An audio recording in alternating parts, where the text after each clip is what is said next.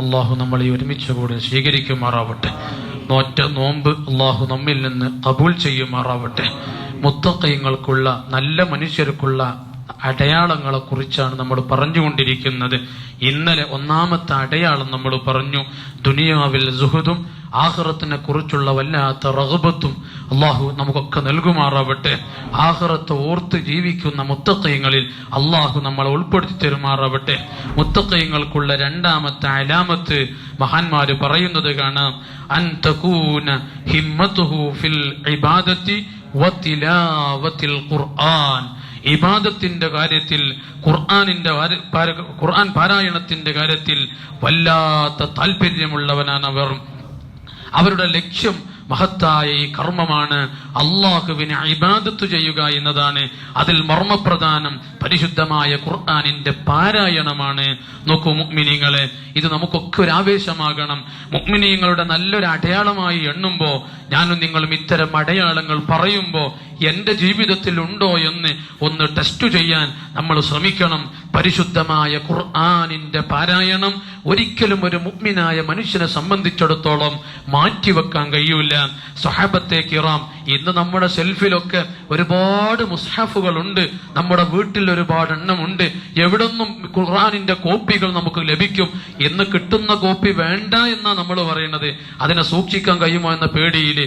നോക്കൂ, നിങ്ങൾ ആലോചിച്ചു നോക്കൂ, പരിശുദ്ധമായ ഖുർആൻ നമുക്ക് ചുറ്റും ഒരുപാടുണ്ടെങ്കിലും അതിലേക്ക് നോക്കാൻ ഞാനും നിങ്ങളും സമയം കണ്ടെത്തുന്നുണ്ടോ? ഹബീബ് മുഹമ്മദുർ റസൂലുള്ളാഹി സ്വല്ലല്ലാഹു അലൈഹി വസല്ലമ തങ്ങളുടെ സ്വഹാബത്തിന് ഒരൊറ്റ ദിവസം മുസ്ഹഫിലേക്ക് നോക്കിയിട്ടില്ലെങ്കിൽ, മുസ്ഹഫ് ഒന്ന് നോക്കി പാരായണം ചെയ്തിട്ടില്ലെങ്കിൽ അതവർക്ക് വല്ലാത്ത പ്രയാസമാകും, വല്ലാത്ത ബുദ്ധിമുട്ടാകും. അവർ വല്ലാതെ വിഷമത്തോടു കൂടെയാണ് കാണാറുണ്ടായിരുന്നത് എന്ന് ചരിത്രത്തിൽ നിന്ന് നമുക്ക് പാഠമുണ്ട്. അതുകൊണ്ട് മുഅ്മിനീങ്ങളെ, ഈ പരിശുദ്ധമായ റമളാനിൽ ഞാനും നിങ്ങളും മുഅ്മിനീങ്ങളുടെ ഏറ്റവും നല്ല അടയാളമായ ഖുർആൻ പാരായണം ജീവിത ശൈലിയായി കൊണ്ടു നടക്കണം. ഇഖ്റഉൽ ഖുർആന, ഖുർആൻ നിങ്ങൾ പാരായണം ചെയ്യണേ. ഫഇന്നഹു യഅതി യൗമൽ ഖിയാമത്തി ശഫീഅൻ ലി അസ്ഹാബിഹി. ഖുർആൻ ഓതുന്നവർക്ക് ഒരു പ്രൊട്ടക്റ്റായി, ഒരു കാവലായി, ശുപാർശകനായി നാളെ ഖിയാമത്ത് നാളിൽ ഖുർആൻ വരും. അള്ളാഹു നമ്മൾ ഓതുന്ന പരിശുദ്ധമായ ഖുർആൻ അത്തരത്തിലുള്ളതാക്കി തരുമാറാവട്ടെ. മനസ്സറിഞ്ഞ് നല്ല വൃത്തിയിൽ കൃത്യമായി ഖുർആൻ ഓതുന്നവരായി നമ്മൾ മാറണം. നമ്മുടെ വീടകങ്ങൾ പരിശുദ്ധമായ ഖുർആൻ കൊണ്ട് നിറയണം. നോക്കൂ, പരിശുദ്ധ ഹബീബ് മുഹമ്മദ് റസൂലുള്ളാഹി സ്വല്ലല്ലാഹു അലൈഹി വസല്ലം തങ്ങൾ നമ്മെ പഠിപ്പിച്ചു, അക്സിറു മിൻ തിലാവത്തിൽ ഖുർആൻ. ഖുർആനിന്റെ പാരായണത്തെ നിങ്ങൾ അധികരിപ്പിക്കണേ. ഫീ ബുയൂത്തിക്കും, നിങ്ങളുടെ വീടുകളിൽ ഖുർആനിന്റെ പാരായണം നിങ്ങൾ അധികരിപ്പിക്കണം. എന്തേ? ഫഇന്നൽ ബൈതല്ലദി ലാ യുഖറഉ ഫീഹിൽ ഖുർആൻ. ഖുർആൻ ഓതുന്ന വീടും ഖുർആൻ ഓതാത്ത വീടും രണ്ടും ഒരുപോലെയല്ല. ഖുർആൻ ഓതാത്ത വീട്, ആ വീടിനെ കുറിച്ച് അല്ലാഹുവിന്റെ റസൂല് പറഞ്ഞു, യഖില്ലു ഖൈറുഹു വയഖ്സുറു ശർറുഹു. ആ വീട്ടില് നന്മ കുറയുകയും ധാരാളം മുസീബത്തുകൾ, പ്രയാസങ്ങൾ അധികരിക്കുകയും ചെയ്യും. ഖുർആൻ ഓതാത്ത വീട് വയുളയ്യിഖു അലാ അഹ്ലിഹി, ആ വീട്ടിലുള്ള ആളുകൾക്കിടയിൽ, കുടുംബത്തിനിടയിൽ വല്ലാത്ത പ്രയാസകരമായ ഒരു ജീവിതമായിരിക്കും. അള്ളാഹു കാത്തുരക്ഷിക്കുമാറാവട്ടെ. അതുകൊണ്ട് നമ്മുടെ വീടിന്റെ അകങ്ങളിൽ ഖുർആൻ പാരായണം ഉണ്ടാവണം. നമ്മുടെ ഉമ്മമാർ, നമ്മുടെ ഭാര്യമാർ, പെൺമക്കളൊക്കെ അവർ വീട്ടിലുള്ളവരാണ്, അവരൊക്കെ ഖുർആൻ ഓതുന്നുണ്ടാകും. അതുപോലെ നമ്മളും അവർക്ക് പ്രോത്സാഹനമായി അതിനെ സപ്പോർട്ട് ചെയ്ത് കൊടുക്കണം. ജീവിതത്തിൽ, നമ്മുടെ ജീവിതത്തിൽ മുടങ്ങാത്ത ചില സൂറത്തുകൾ ഉണ്ടാവണം. സൂറത്തു യാസീനിന് നമ്മൾ കൂട്ടുപിടിക്കണം, സൂറത്തുൽ മുൽക്കിന് നമ്മൾ കൂട്ടുപിടിക്കണം. അതുപോലത്തെ പ്രധാനപ്പെട്ട സൂറത്തുകളൊക്കെ ജീവിതത്തിൽ പതിവാക്കാൻ കഴിഞ്ഞാൽ നമ്മുടെ ജീവിതത്തിൽ വലിയ വിജയമാണ്. ചെറിയ സൂറത്താണല്ലോ സൂറത്തു ഇഖ്ലാസ്. ഖുൽ ഹുവല്ലാഹു അഹദ്.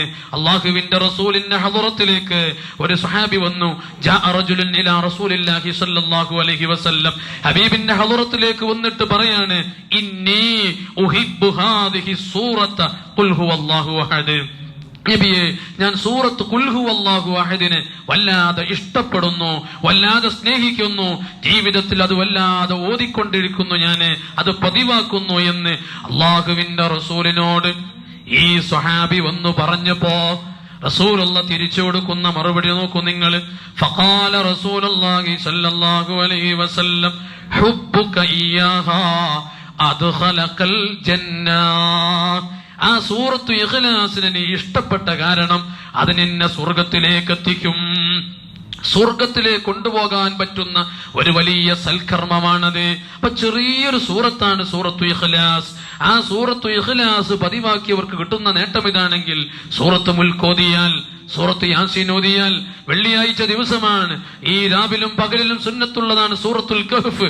എല്ലാ വെള്ളിയാഴ്ചയും നമ്മൾ സൂറത്ത് കഹ്ഫ് പതിവാക്കിയാൽ കിട്ടാൻ പോകുന്ന നേട്ടങ്ങൾ എത്രയാണ്. അള്ളാഹു നമുക്ക് തൗഫീഖ് നൽകുമാറാവട്ടെ. ഒരിക്കൽ ഞാൻ ഈ സൂറത്ത് ഇഖ്ലാസിന്റെ ഈ മഹത്വം ഒരു സദസ്സിൽ വെച്ച് പറഞ്ഞപ്പോ നമ്മുടെ നാട്ടിലുള്ള ഒരു ഉപ്പനോട് വന്നിട്ട് പറഞ്ഞു, ഉസ്താദേ, ഞാൻ എന്റെ എല്ലാ ദിവസവും സൂറത്ത് ഇഖ്ലാസ് ഓതാറുണ്ട്, എന്റെ നോട്ട് ബുക്കിൽ ഞാൻ അത് രേഖപ്പെടുത്തി വെക്കാറുണ്ട്. ഇപ്പോൾ ഞാൻ എഴുതി വെക്കുന്ന നോട്ട് ബുക്ക് അത് ഫുള്ളായിട്ടുണ്ട്.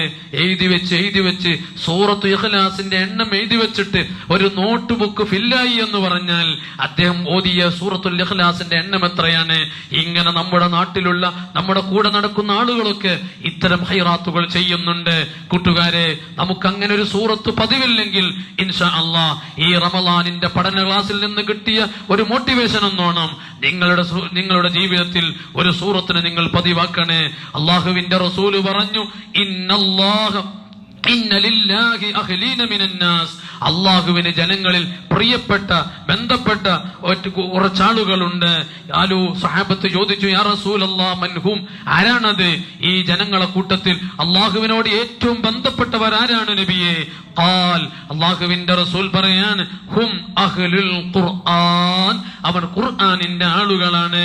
അഹ്ലുല്ലാഹി വഖാസത്തുഹു, ആ ഖുർആനിന്റെ ആളുകൾ അള്ളാഹുവിന്റെ പ്രത്യേകക്കാരാണ്. ഇങ്ങനെ തുടങ്ങി ഒരുപാട് മഹത്വങ്ങൾ കാണാം. അതുകൊണ്ട് മുഅ്മിനീങ്ങളെ, ഒരിക്കലും ഖുർആൻ പാരായണം നമ്മൾ മാറ്റിവെക്കരുത്. ഇൻഷാ അല്ലാഹ് ഈ റമളാനിൽ 2, 3, 4 ഖത്മുകളൊക്കെ തീർക്കാൻ നമ്മൾ തയ്യാറാവുകയും അതൊരു ടാസ്കായി ഏറ്റെടുക്കുകയും വേണം. പരമാവധി സമയം കിട്ടുമ്പോ ഖുർആൻ ഓതാൻ നമ്മൾ ശ്രമിക്കണം. വഖാല നബവി, മഹാനായ ഇമാം നബവി തങ്ങൾ പറയാണ്, വഅലം, നീ മനസ്സിലാക്കണേ, അന്നൽ മദ്ഹബ സ്വഹീഹ്, സ്വഹീഹായ മദ്ഹബ്, ശരിയായ മദ്ഹബ് എന്താണ്? അന്ന ഖിറാഅത്തുൽ ഖുർആൻ, ഖുർആനിന്റെ പാരായണം അഫ്ളലു, അതാണ് ഏറ്റവും ശ്രേഷ്ഠമായത്. മിനത് തസ്ബീഹി വത്തഹ്ലീലി വഗൈരിഹിമാ, തസ്ബീഹിനേക്കാളും തഹ്ലീലിനേക്കാളും ഏറ്റവും മഹത്വം ഖുർആൻ പാരായണമാണെന്ന് മഹാനായ ഇമാം നബവി റളിയല്ലാഹു അൻഹു നമ്മളെ പഠിപ്പിക്കുന്നുണ്ട്. അതുകൊണ്ട് എന്റെ ശബ്ദം ശ്രവിക്കുന്നവരോട് ആവർത്തിച്ച് പിന്നെയും പറയുന്നത്, ഒരിക്കലും ഖുർആൻ നമ്മുടെ ജീവിതത്തിൽ മാറ്റിവെക്കാനുള്ളതല്ല. അല്ലാഹുവേ, ഖുർആനിന്റെ ആളുകളായി ഞങ്ങളെ നീ മാറ്റിത്തരണേ റഹ്മാനെ. ഒറ്റ സംഭവം പറയാം. മഹാനായ ഇബ്നു ഇദ്രീസ് റളിയല്ലാഹു അൻഹുവിനെ കുറിച്ച് ഒരു സംഭവം റിപ്പോർട്ട് ചെയ്യുന്നുണ്ട്. ലമ്മാ നസല ബി ഇബ്നു ഇദ്രീസ് അൽ മൗത്ത്, മഹാനവറുകൾക്ക് മരണമാസന്നമായ സമയം, മരിക്കാൻ പോകുന്ന സമയത്ത്, ബക്കത്ത് ബിന്തുഹു, അവിടുത്തെ മോള് വന്നിട്ട് ചാരത്ത് നിന്ന് വല്ലാത്ത കരച്ചിലാണ്. ആ തന്റെ ഉപ്പയുടെ മരണം ആ സമയം കണ്ടപ്പോ മോള് വന്നിട്ട് വല്ലാത്ത കരച്ചിൽ, പ്രയാസത്തിലാണ്. ആ കരച്ചിൽ കണ്ടപ്പോ മഹാനായ ഇബ്നു ഇദ്രീസ് റളിയല്ലാഹു അൻഹു തിരിച്ചു പറഞ്ഞു, മോളെ, ലാ തബ്കി, നീ കരഞ്ഞു പോകരുത്. ലാ തബ്കി യാ ബുനയ്യ, പൊന്നുമോള് കരയാൻ പാടില്ല. എന്നിട്ട് ആ മോളെ ആശ്വസിപ്പിക്കുന്നത്, മരണത്തെ മുഖാമുഖം കാണുന്ന വാപ്പ തന്റെ മോളെ ആശ്വസിപ്പിക്കുന്നത് നോക്കൂ നിങ്ങള്. ഈ മോളെ, നീ ഒരിക്കലും കരയാൻ പാടില്ല. കാരണം ഫഖദ് ഖതംതുൽ ഖുർആന ഫീ ഹാദൽ ബൈത്ത് 4000 ഖത്മ, ഞാൻ ഈ വീട്ടിൽ വെച്ചിട്ട് 4000-ലധികം ഖത്മ തീർത്തിട്ടുണ്ട് മോളെ. അതിന്റെ ആശ്വാസം എനിക്കുണ്ടാകും, അതിന്റെ സമാധാനം എനിക്കുണ്ടാകും. അതുകൊണ്ട് എന്റെ മോള് വാപ്പ മരിക്കുകയാണെന്ന് ആലോചിച്ചുകൊണ്ട് കരഞ്ഞു പോകരുത് എന്ന് മഹാനവറുടെ ചരിത്രത്തിൽ കാണാം. അതുകൊണ്ട് എന്റെ ശബ്ദം ശ്രവിക്കുന്നവരെ, ഖുർആൻ നമുക്കൊരു ഹരമാകണം. അൽഹംദുലില്ലാ, നമ്മുടെ ഈ പള്ളി ഖുർആൻ പഠിക്കുന്ന മക്കളുടേതാണ്.